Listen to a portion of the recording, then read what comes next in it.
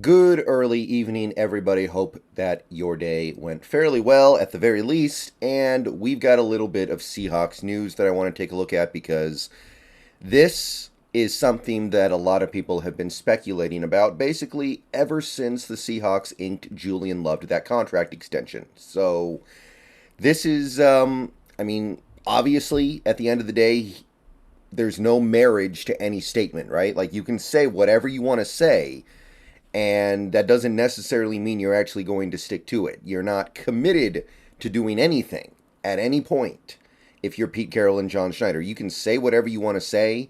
It doesn't necessarily mean you're going to do what you're saying. But Carroll did put himself out there and say this, so I think it's worth breaking down at the very least.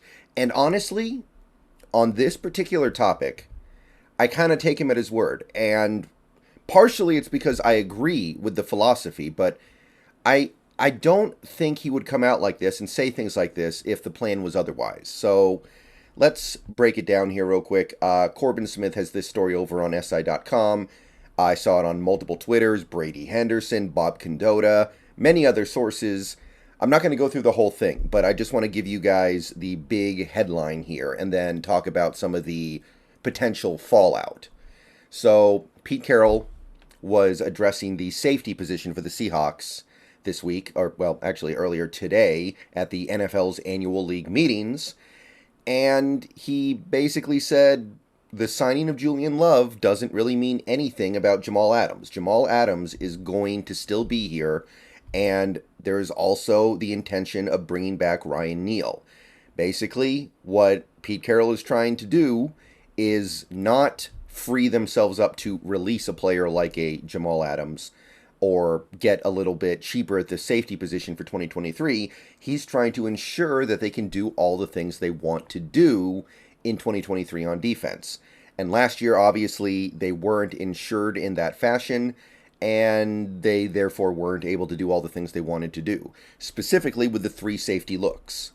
So the big headline here is Jamal Adams, according to Pete Carroll, is not going anywhere. He is part of the plans in 2023 at the very least. And he, Quandre Diggs, and Julian Love are part of a three safety defense plan. So he basically came out as emphatically as he could and said Jamal Adams is not going anywhere right now.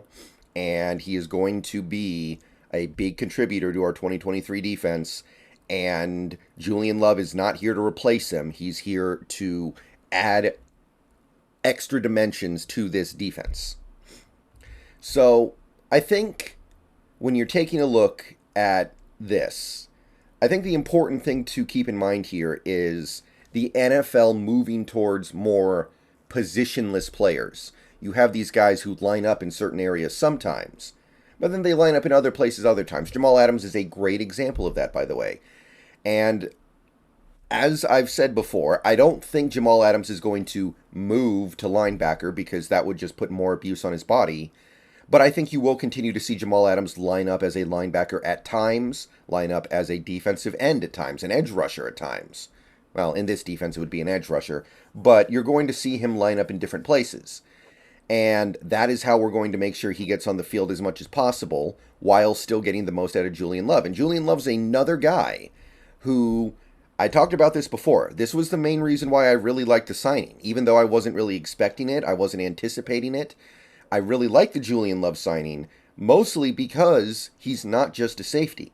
And I think that's the key point here that people need to remember. You can get Jamal Adams, Quandre Diggs, and Julian Love on the field all at the same time and still have them playing and still have them playing at this, like I said, at the same time without all three of them playing necessarily a safety role. You can, and there is probably going to be some three safety stuff on this defense.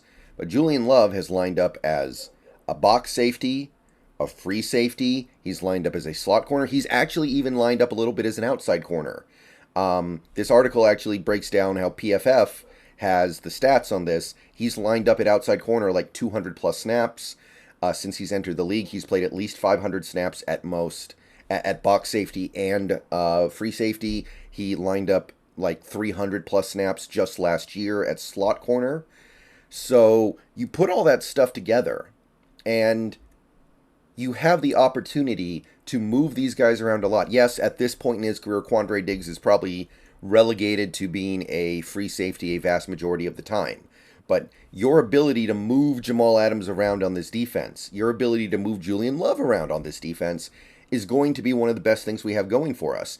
And I think this is the other crucial part of this. He also briefly brought up Ryan Neal in this example. He said that, look, Ryan Neal is here to provide insurance for an injury, because even if Jamal Adams wasn't super injury prone, you want to be insured to injuries. And Ryan Neal proved that he could play really well last year.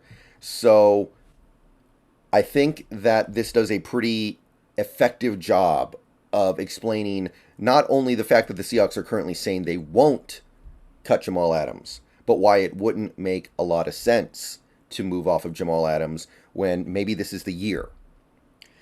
I know you can argue that we say this every year, but this really could be the year. And look, Jamal Adams needs to pass his physicals. Jamal Adams needs to start looking a little more comfortable running on that treadmill. Jamal Adams needs to actually get healthy to the point where he can play football. We obviously, he needs to get past that first. But I'm going to say it again.